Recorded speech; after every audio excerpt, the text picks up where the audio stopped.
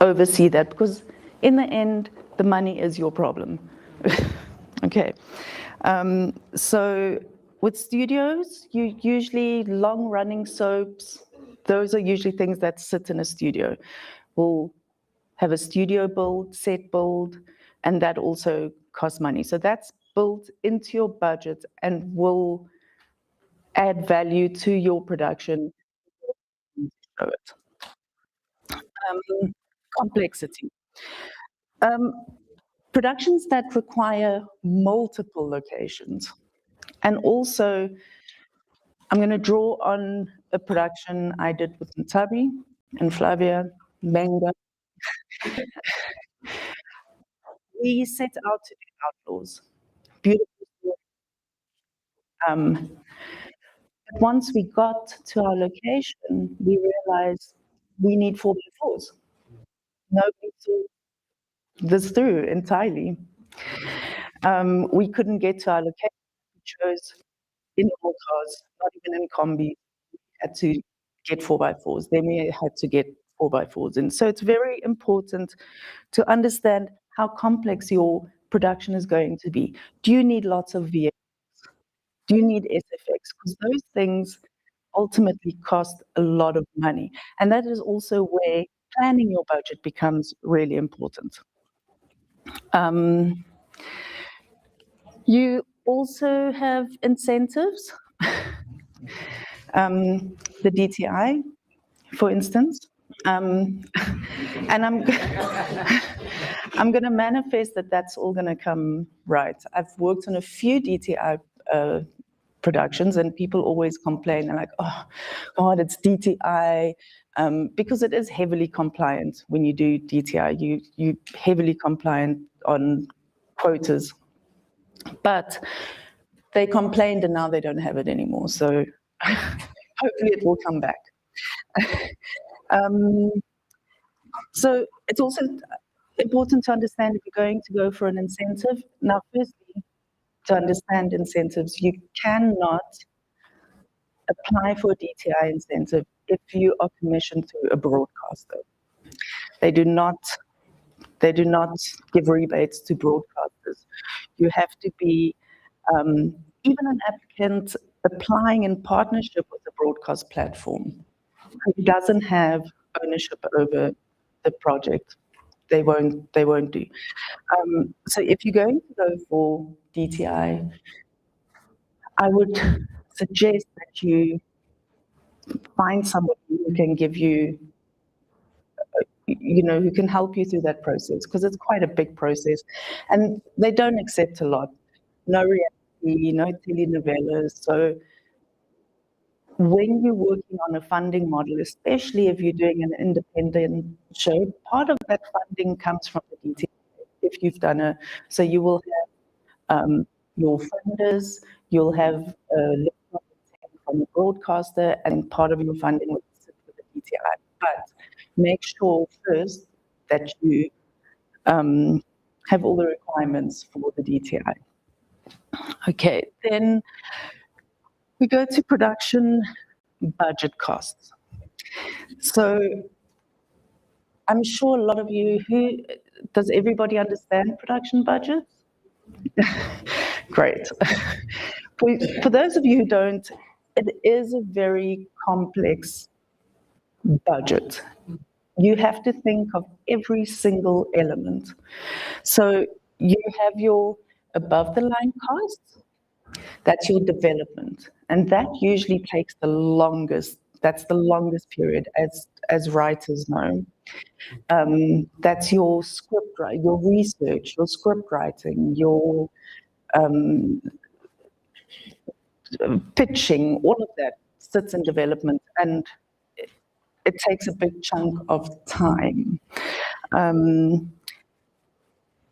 Talent and casting, that can take time. Also talent, your above the line costs are generally the biggest portion of your budget.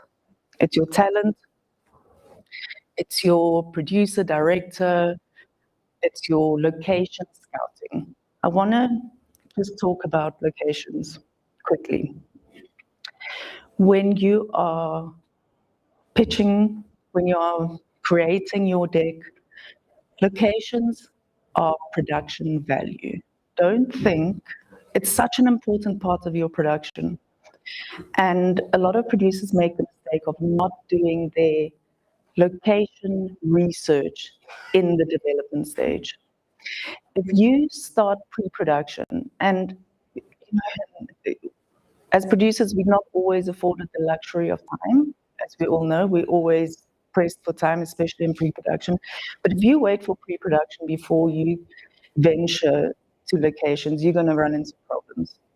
We have time and time again on many productions started shooting and not had all our locations in place. The problem with this, and I'll touch on this later, is that you lose money.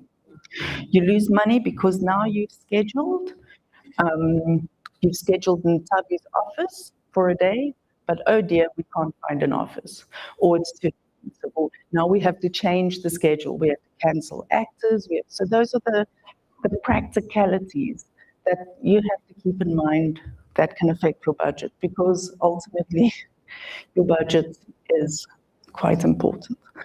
Your below the line costs is the bulk of your budget. It's You can go to the next slide, because that will, I don't know if anyone will be able to see. No, go back. Go back. Go back. Did I not have a? Oh, never mind. I think it's coming. You had it on just now. There was a budget. No, right in the beginning. Go up for me. I just want you to see. There we go. Okay, I don't know if you can really, no. I don't know if you can see properly there. This is a budget that most of us dream of.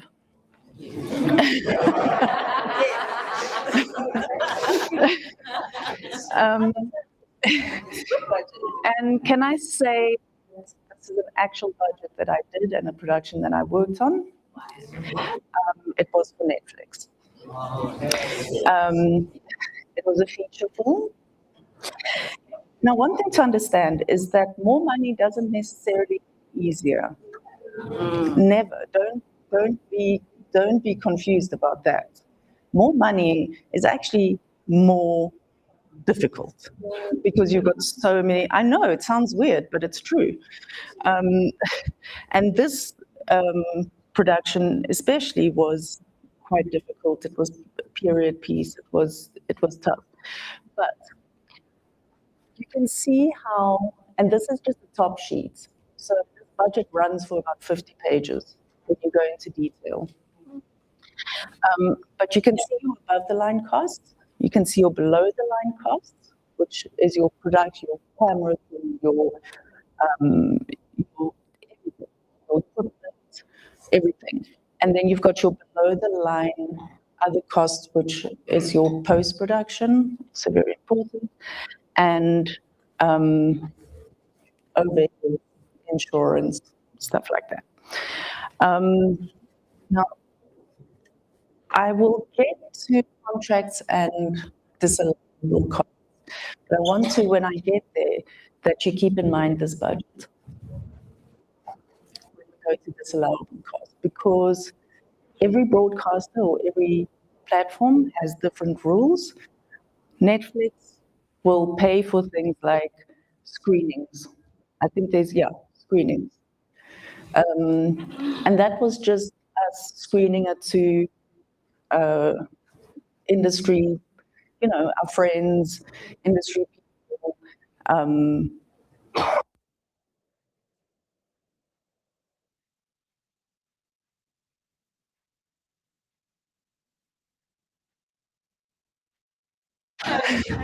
Every production I work on, at the end, the crew will always come to me and say, "When's the wrap party?"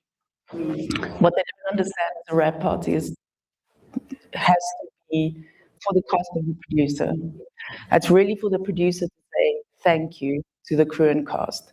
It's not the onus does not lie with the broadcaster. Okay. Then independent acquisition. So if you're working on, if you want to make a film, but you want to do it independently because you want to hold on to the IP, you want to sell, you want to all of that. Very important to keep all this in mind, because when you are approaching a funder or broadcaster, they're going to want to see a budget.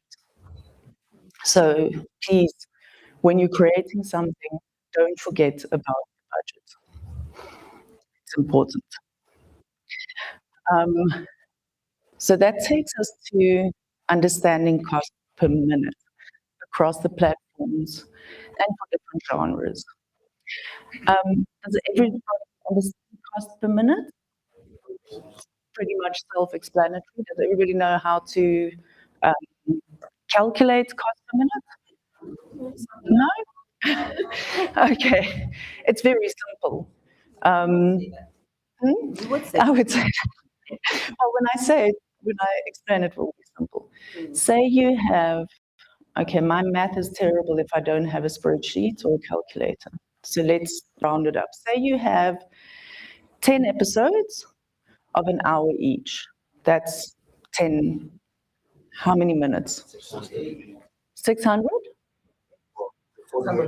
So say it's 1 hour, so it's 60 minutes times 10, it's 600 minutes. Your budget, I'm so glad somebody's here with a calculator.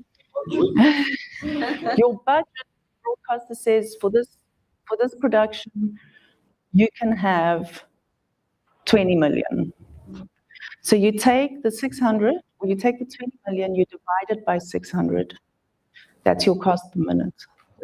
33K. 33K. That's very low. That's a very low budget.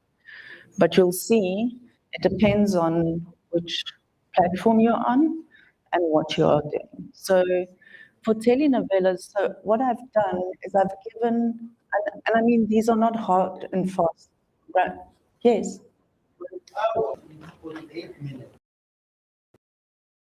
Yeah, I was just rounding it up. It's fine. I was just rounding it up. Usually we say an hour, the broadcast, it's usually 45 minutes, 45 to 48 minutes. The same thing with a half an hour show. It's usually 24 minutes or 26 minutes. It's never on the dot. I just did it for the sake of the math. So these are kind of the benchmarks. You'll see that streaming is always, you get a much better, it also depends on the streaming platform. So it's really important when you're doing your pitch, when you're creating your pitch, when you go and pitch, to understand the benchmarks of the cost per minute for who you're pitching to. So this is all, when you're pitching, you have to have a full picture. It's nice to be creative. It's not, you've got the story, it's great. You're giving the story to a broadcaster, they love it. But can you afford it? Can they afford it? Are they going to turn you away because your creative vision is going to cost too much money? Okay, so I'm not going to go through those. You've seen those. Any questions? Theatrical, I've got at the bottom there. If you go back. Theatrical is tricky. Theatrical releases, because you have to, unless you, there's nobody who's going to commission you a theatrical film. You have to do it independently, and it needs to be funded independently. Again, like I said earlier, you'll have funders, you'll have a letter of intent from a distributor, and a rebate, if you're lucky. Then you'll notice I didn't add sitcoms there. Does anybody know why I didn't add sitcoms? So when last did you see a sitcom on South African television? A long time, unfortunately. Yeah.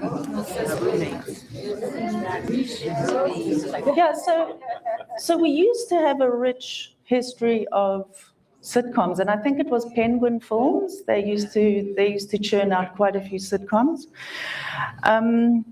but they've kind of the landscape is now dominated by telenovelas, soaps, dramas, because of the cost of a sitcom. And a sitcom is not cheap to make. A broadcaster or funder would rather put that money into a high-end drama or reality even, because that's what people are watching. You'll see most of the streaming services, all their sitcoms have been acquired. So, Flavia, yes.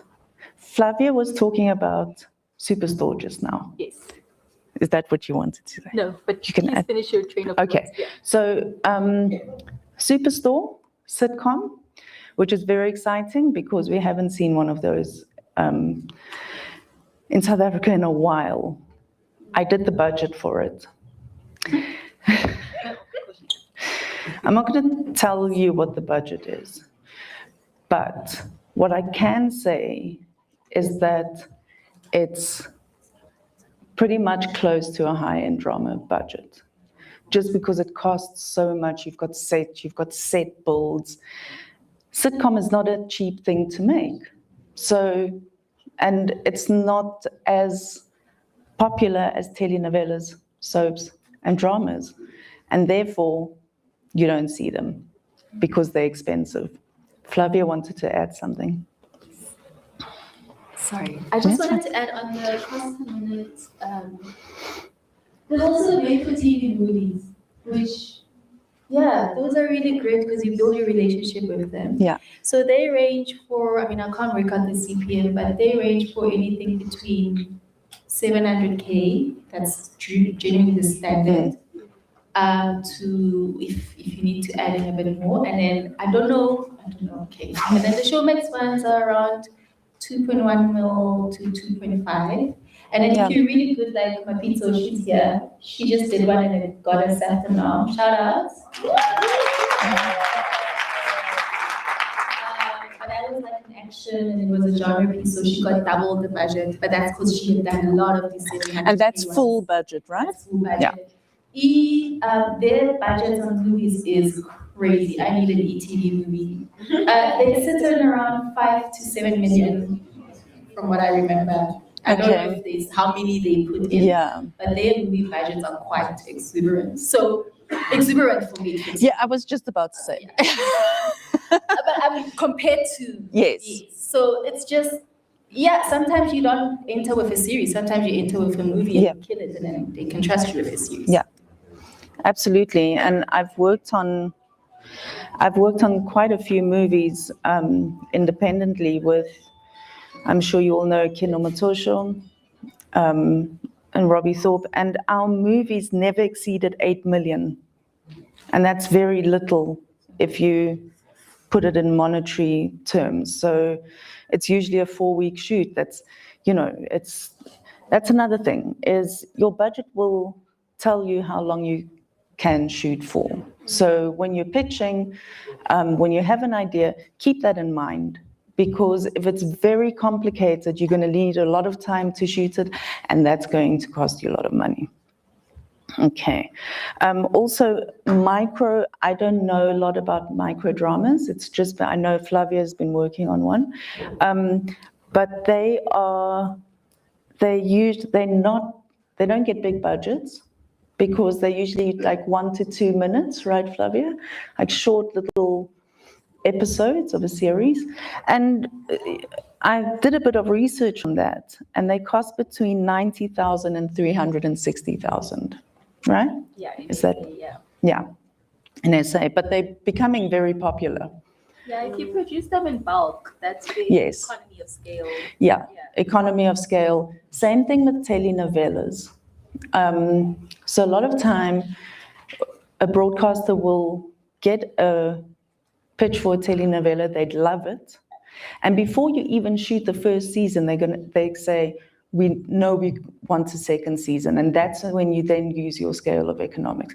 You are going to make sure that you acquire things like, say, set builds. studio set builds that can take you over into the second season. So your biggest outlay will be in season 1, and then you have it for season 2. You don't have that big outlay. It's also a good way to motivate for a second season, because setting up a telenovela can cost a lot of money. A lot of telenovelas in South Africa are shot on location. It's very rare that you get telenovela in studio. It's more soap. But there is an advantage to studio when you're shooting a telenovela. You're shooting for 7 months. If you have 156 episodes, you're shooting for around 7 months. That's a long time to do location shoots. Crew, fatigue, driving, the cost of fuel, the cost of vehicles. So everything costs money. Every single element you think of, you have to put a monetary value to that. And you have to remember the money that you have, you want to put on the screen. You don't want to be paying for 20 million vehicles, and right, you want to put the money on the screen. Payment structures, milestones, and delivery triggers. So your payment, so once you get, now you're commissioned, you've got the show, you've got a lockdown budget, you're ready to go. They're busy doing the contract, they're doing your payment structures. So your payment structures are linked to milestones and delivery triggers. What that really means is that you will get your money or your payouts in tranches as you go along. The next slide, I think, has got a payment schedule. There we go. It's very small, and I've just so you can see, when you do a cash flow, it's really important when you do a budget is to do a cash flow, because you don't want to run out of cash flow after a month of being in production. So it's very important to carefully plan your cash flow on a weekly. So you plan your cash flow weekly. So you know that when I start pre-production, I'm going to need X amount of money. When I start shooting, I need this amount of money. And that is how your payment schedule structure works. It's important to note, though, that your final delivery of it, episodic deliveries, broadcast episodic deliveries are linked to tranches. So unless you've delivered, say in this instance, we promised channel we'll deliver 2 episodes. We needed all that upfront funding in our pre-production and shoot period. And to get that much cash flow ahead of time is a big risk for a broadcaster. So they're going to get to a point where they go, okay, we've given you all this money. You've done your shoot, but before we give you any more, we want to have 2 episodes in the building. 2 episodes in the building means it's ready to be broadcast. Even if the broadcast date is 3 months from now, they want to see that the money they gave you is translating on the episodes that you are making. So it is very important to carefully plan your production stages on a weekly basis. Everything in production happens weekly, not monthly. Otherwise, things can run away with you. It's a very fast-running train. As a lot of you know, I think a lot of you work as crew. I know I've met a few people that on crew, and it's fast-running. Once you start shooting, that train is going. Okay, so it's important to plan properly so your cash flow is done properly, and that you're getting the money that you need to do your production at the right time. I'm sure I had more to say about this. production processes and timelines. I'm going to get to that later. All of this really meshes into each other. This is why I have notes, because otherwise I'll talk for hours. Okay. Key contract terms creators must understand. Can go to contracts. Okay, so contracts are tricky because, as Flavia mentioned earlier, that no contract is the same. They're all different, but do some research on what those contracts might say so that you can align your production with what the contract might say. Okay. Editorial content and control, and I know I touched on this earlier. Know that if you're getting commissioned, that you have no editorial control. You do to an extent. It's a collaborative process, but in the end, the editorial control lies with the broadcaster. In saying this, so they're allowed to make changes, additions, precious, because that will happen. And they're giving you money, so you're just going to have to. But I want to stress something. And I think a lot of producers don't think of this because they think, this is my client, I can't, I can't do that, I have to tiptoe. No, absolutely not. You have to have an open dialogue with your CE or with your client, because every step of the way, you are both invested. Don't hide things from your client. They don't like it, actually. They don't like it. They don't like it. You think you spare it. I don't know where that mindset comes of people, of producers going, oh no, we can't tell our CE that. Your CE is your co-producer. Okay, wise words from Flavia. Question? Yes. What if those changes on editorialists would cost implications? Good question. That's where the communication comes in. That's where I'm getting to that. I'm going to get to that because that does happen. And you have to, as a producer, you are allowed a certain pushback. I worked on a production recently where our commissioning editor would want to change scripts after we've already shot the scenes. We've already shot the scenes, he wants script changes. So what a lot of producers do in this case is they go, oh, they run to the line producer, they go, we have to reshoot these scenes. And then the line producer freaks out because they're like, but we don't have money for these scenes and this actor's not available. And because all these things, they all culminate into, you might have picture act and actor. You might have, the set has been striked. You don't even have that set anymore.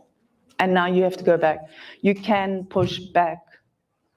It's important to push back if you feel as a producer that it's putting your production at risk. Because the CE might not know the intricacies that formulates what you now need to do. If you push back to your CE and say, if we rewrite those scenes and we need to reshoot it, this is what it means, and this is what it's gonna cost, and we can't afford it. So that open dialogue, don't hide from your producer or your CE, and do not just sit back and take everything. Push back when you feel it's necessary to push back. I think it's also just the tone in how you push back, right? So in an instance like this, sorry. No, it's fine. In an instance like this, you'll be like, Sure, okay. We could definitely do that. Alison, could you please give us a cost analysis of how much it will cost? Yeah. We've lost her son. We picked her, Ali. And, it's going to cost us an additional 200K just for us to rework this. We write it, we this, we that. Put it on email. So it's not saying no. Yeah. It's saying, okay, that's what you'd like us to do since you already approved and now we're at this point. This is how much it's going to cost. Do you approve that you will cover these costs? Then we can proceed. And I promise you will say no. Figure out another way. Hey, Flavia, the voice of reason, because when I'm line producing or series producing, I just, no. But I'm not the one that has to deal with the client, right? The executive producer has to deal with the client. For me, it's just a big fat no. Liability and risk of production. Remember that the producer is liable for all respects, for everything in the production. You have to have production insurance. Public liability, that includes public liability. Anything that you can think of that is on your set or off your set has to be insured. If there's any negligence from the producer, the broadcaster is not going to pick up that. Don't be negligent, don't be... Things like children on set, for instance. If you have to have a permit for children, and there are very strict laws around shooting with children. There are tiers, they work it in tiers. A baby can only be on set, physically on set for an hour, and on camera for 20 minutes. So that's how they tier it down. Then 2 years of age, they can be on set for, say, 2 hours, and they're allowed to be in front of camera for 45 minutes. If you don't have a permit and you don't adhere by that, you can get a huge fine. And you are liable, not the broadcaster. The broadcaster doesn't want to touch that. Okay. Costs and payments. Payments in the contract outlines good governance of how the funds are used. For instance, you cannot get the money for your production and shove it in your business account, right? Because that's a mess. Now you're paying your business stuff out of that account, and then you're paying crew, and it's a mess. And broadcasters generally, when you're reporting, you have to give bank statements. They don't want to see your business, your other business, between their business. It's very difficult to report when you don't have a separate bank account for your production. And that's for each production. If you have 5 productions running, different account for each production. So it's like sub-accounts, right? Yeah, it's like special, yeah, purpose vehicles, what vehicle, special, that thing.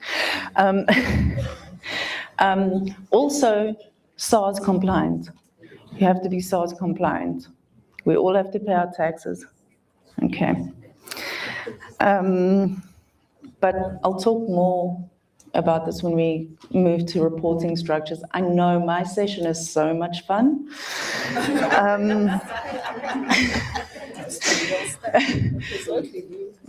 Yeah. Then another thing in the contract, recoveries. So recoveries, and I'm sure most of you understand all of these contractual terms anyway. But recovery that you recover internally from your company. So for instance, if you're paying yourself, the producer, from your company, the money gets moved from the production account to your main account, and that is your internal recovery. So you will invoice the production for things like office rental, overheads, anything that you can think of that your company has to pay for the production to run. Right? So bank costs, all of those things are internal recoveries. Also, any personnel that works in your production company that you are paying from your company.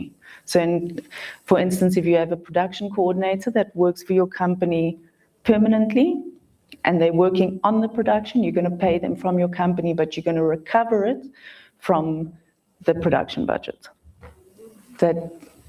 Okay.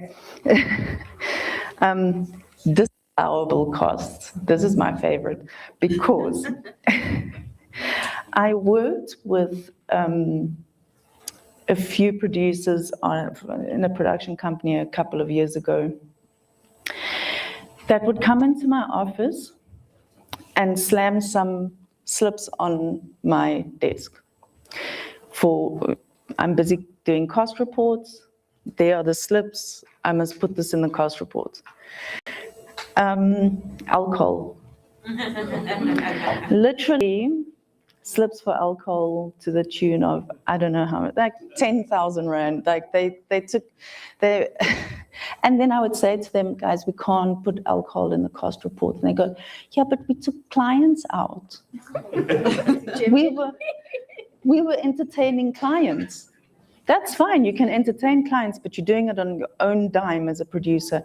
It's not the broadcaster who has to pay for you taking clients out or have an excuse to go out and drink a lot of alcohol. Wrap parties, as I said earlier, wrap parties is really a producer's way of thanking their crew and their cast. And then also things... Is a disallowable cost? Yes, it is. Oh. So disallowable is no. It's no. A disallowable cost is you cannot cost report that. Okay, so you can use that money, but you can't cost report it, and then it will come out of your production fee. Okay. So the reason why they disallow wrap parties is because of the alcohol. Yeah, you can't buy alcohol even when we are doing things like props. Think of props. You've got a character who smokes. So obviously that's your props department has to have cigarettes for that character. You can't claim cigarettes from your production, but you can if it's a prop. So it's it's all about reporting structures and how you report. I don't know if we have any wardrobe people here or any people who've ever worked in the wardrobe department. Vodka. So the first time I saw vodka on a wardrobe petty cash recon, I was agog. I thought, the cheek of this wardrobe mistress, how dare she buy vodka and put it on a... Vodka takes rancid smell out of clothes. Yeah. Like, yes, it can be cheap, it has to be cheap vodka. Life hack, right? Even if you can't get smell out of... Yes, thank you. Thank you, Ntabi. Ntabi and I recently worked on a production together called Mbondoland. You all know it, I hope you do, it's fantastic. Where we dealt with weed, marijuana. It took us about a week to figure out a plant That looked like it, that we could buy. Yes. Yes. Yeah. Because can you imagine, you go to, I don't know, what's it, Canna Kingdom or whatever. you go buy a few buds, and there it is on your recon. No. So those are all disallowable costs, and every broadcaster or any platform that you're working on will have different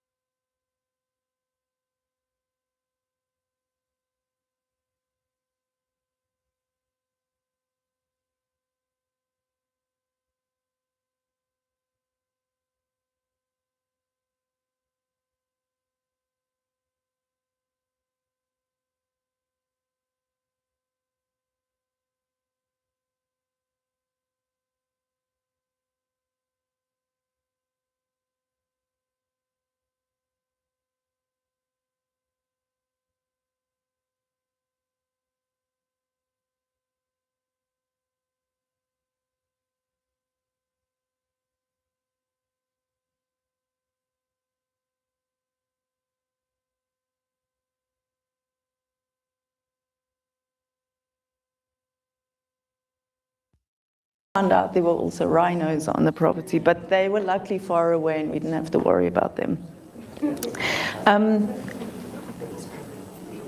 Music clearances. So music is a big part of your production. It helps tell the story. It adds production value to your story. So there are two ways. There's of commercial music and the position. As much as you can, budget for original composition, because the pitfalls of licensing commercial music are huge. You could have a piece of music from an artist who is with this publisher. At the time, you pay that publisher for that piece of music. In the meantime, this artist has moved to another publisher. And that publisher is saying, but where's my money? So there are great pitfalls. I mean, there's a way that you can design contracts. I looked at music licensing contracts, and you can't get away from the fact that you have to pay all the publishers. A lot of artists will also say, this is my piece of music, and you have to pay me, or you have to pay my publisher. But actually, there were 5 other people involved in making that piece of music. Okay, so yes. With AI being a thing these days, now people can create their own music on AI. What do you say? That's a very good question, because AI, be very careful when you're using AI for music, because AI is pulling information that already exists. So if you're asking AI, I want a piece of music that will, whatever, and AI gives you that piece of music, it could be drawn from an artist that is going to know, I mean, what do they call it, like the riffs or the samples. So, a lot of these Hollywood artists have sued each other because of samples. Yes. I mean, and just to add to the music aspect, what we encountered a lot when we were shooting is people actors get into trouble. So actors were more interested in hypothetically humming a Masterclass song. And then live producers are liable because after about 2 seconds, now we're on the clock. We're on the mind clock. So then your live producer doesn't know that within the scene, you've got an actor who, in the middle of a line, could literally say, oh, I hate you, Allison, and then it goes just over 3 seconds. Because it's an existing song, you pay for it, and so you license a full song. Yeah. So there's also those sort of cost implications when it comes to music. So even when you're shooting your film and you're thinking it's innocent just because an actor or an actress feels that it'll add a layer to the scene just to hum a song, you are liable for that song. Yeah, that goes for any intellectual property. A poem, if an actor decides, they're going to ad lib and they're just going to throw a little piece of a poem in there, you can't do it. Have to have. Even social media platforms. Even social media. You have to make up your own Facebook and Instagram. Yes. So for instance, you've seen before on shows when somebody Googles, it's called something else. Honestly, we called Twitter when it first came out, we called it Chirper. Chirper, yes. Yeah, people laughed at us, but it was purely because we couldn't Yeah. pay for the But you have to make up your own, like Facebook is, I don't know, has to be called something else. You cannot use that brand name. How do you work around popular slogans and stuff, like slang that people use, or something that's popularized by adverts and stuff? Sorry. There we go. I'm just asking, how do you work around popular slogans and popularized terms that people use that may have been used in AdWord or other things like that? Okay. Anything that is intellectual property, you cannot use unless you've got clearance. So you're talking about, say, the Nike, let's do it. Can't use it. You have to get clearance for it. You can't use anything that is not your intellectual property. So be careful. Even brand named wardrobe. You can't send an actor onto set with, I don't know, Nike, Adidas. Sometimes you can't. Artwork like a Picasso. Yes. Whatever's in the Yes. background. Yes. Even artwork, good question. Even artwork, you have to clear artwork. It's somebody else's intellectual property.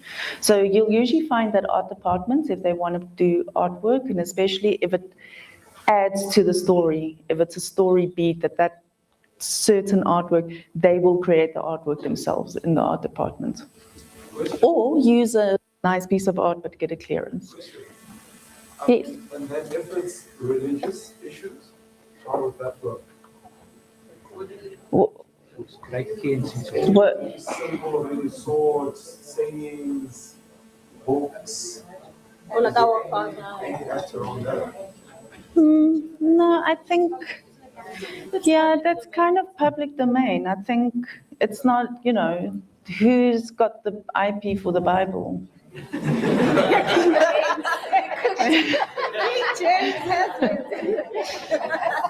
We all do. It's all of our intellectual property. So no, that's not a problem. As long as you're not defamatory, right? So that's where don't use. So this is the next point that's contractual is your license condition that things that you aren't allowed to include. So obscene or indecent material. So when we did Adulting season 1, it came as a shock to everybody because the first scene in the first episode is wow. So when you have a series where you have scenes of a sexual nature, it has to be in the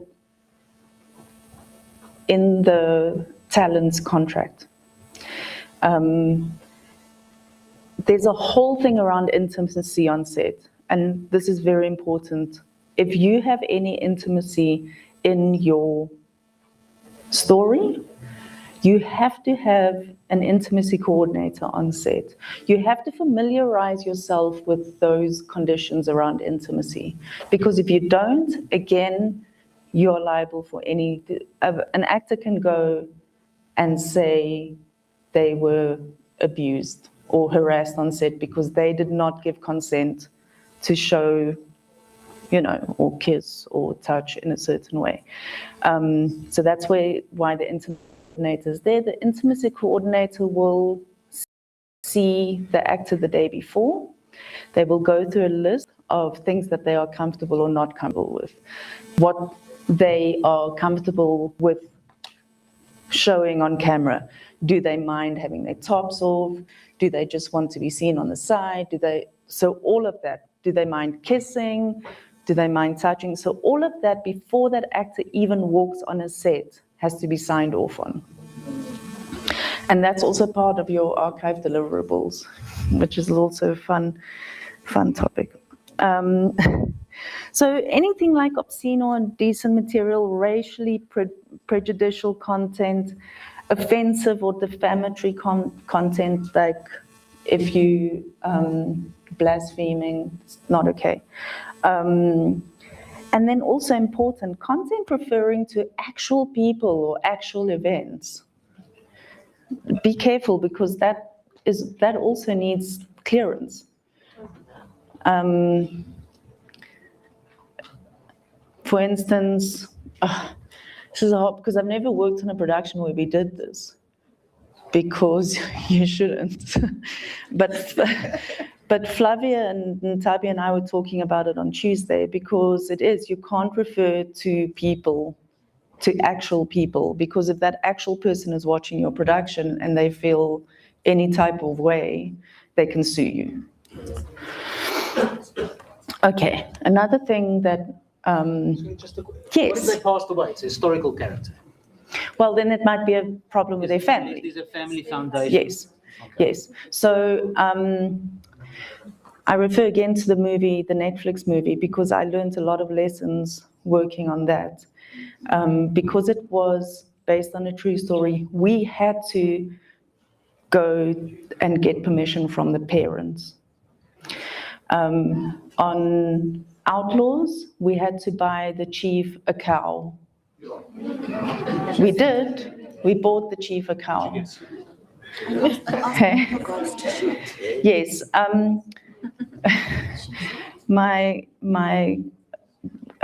Our creative producer and myself had to walk down to the river with Sipho, who's he's a chief in the Zulu community, and we had to walk down with him to the river to pray to the river gods. In Yamba, is that what it's called? Was it in Kanyamba? In Kanyamba. So we went down there.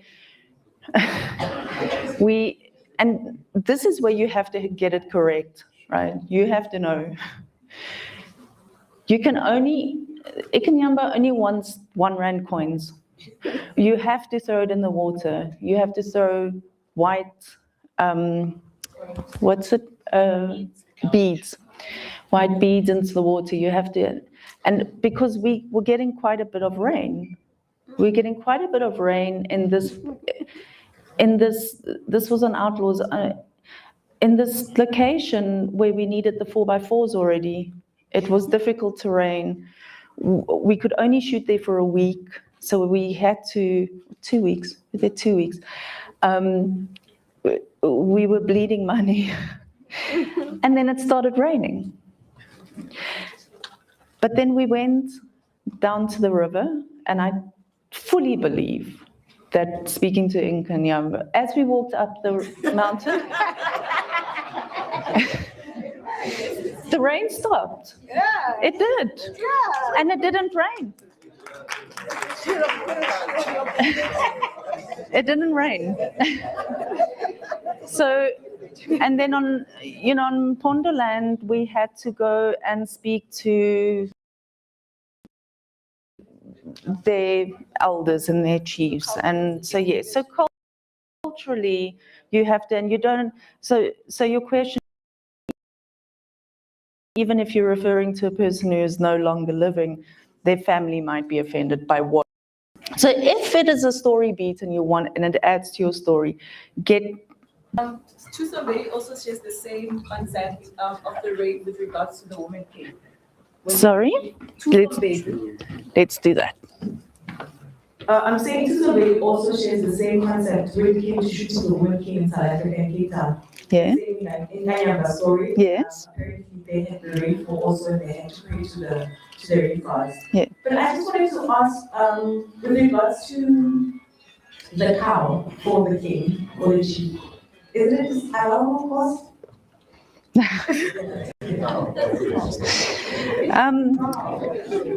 No. So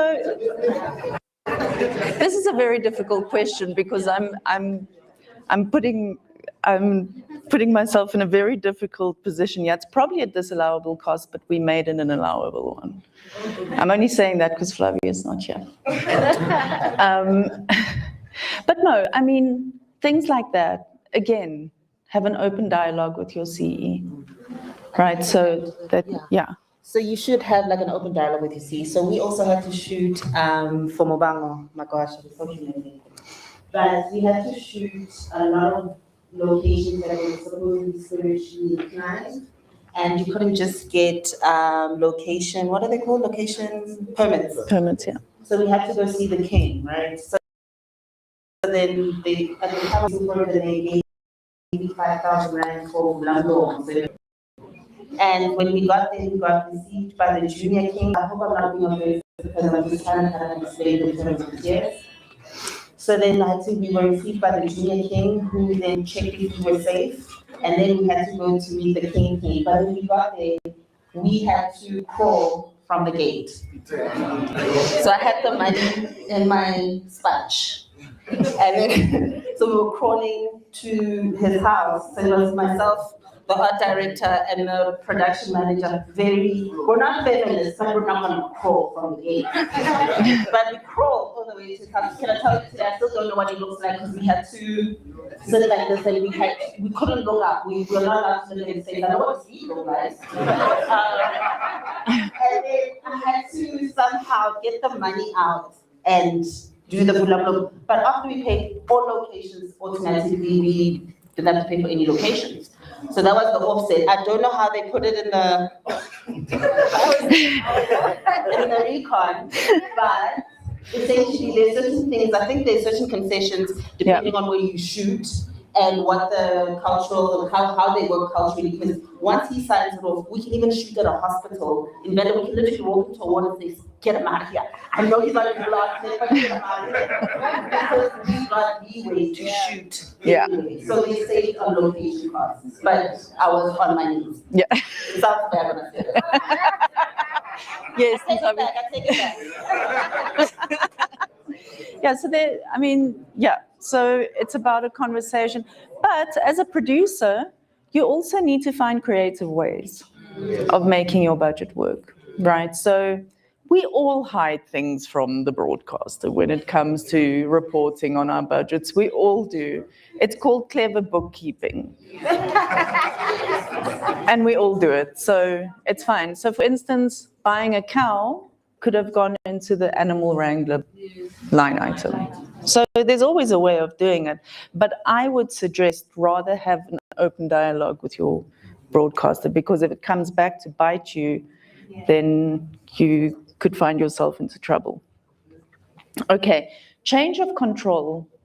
When you have a production company, Ntabi's production company is doing drama. But Ntabi actually has a business partner who has control over her entity. But the broadcasters don't know that.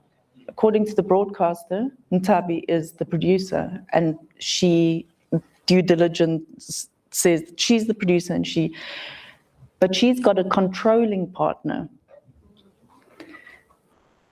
The broadcaster can immediately cancel your contract if it hasn't been communicated and given consent to. So any change of control in your production company, you have to bring to the attention of the broadcaster.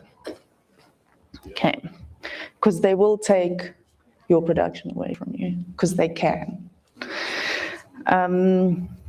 Delivery specifications.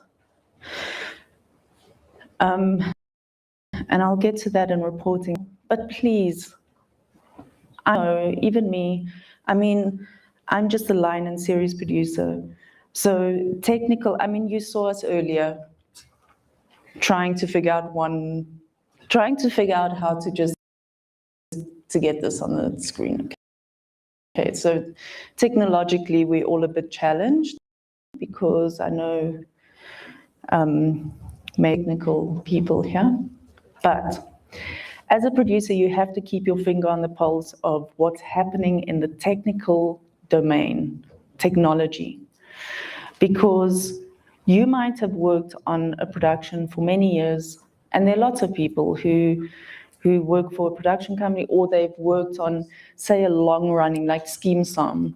You've been working on Scheme Sum for 5 years, and this is the technology you know.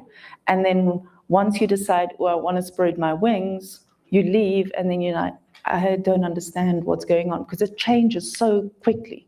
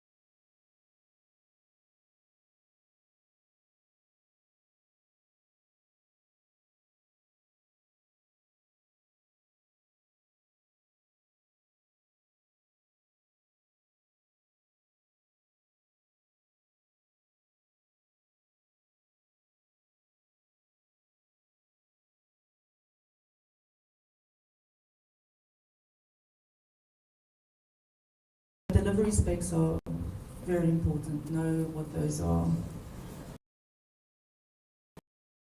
before you commit to cameras.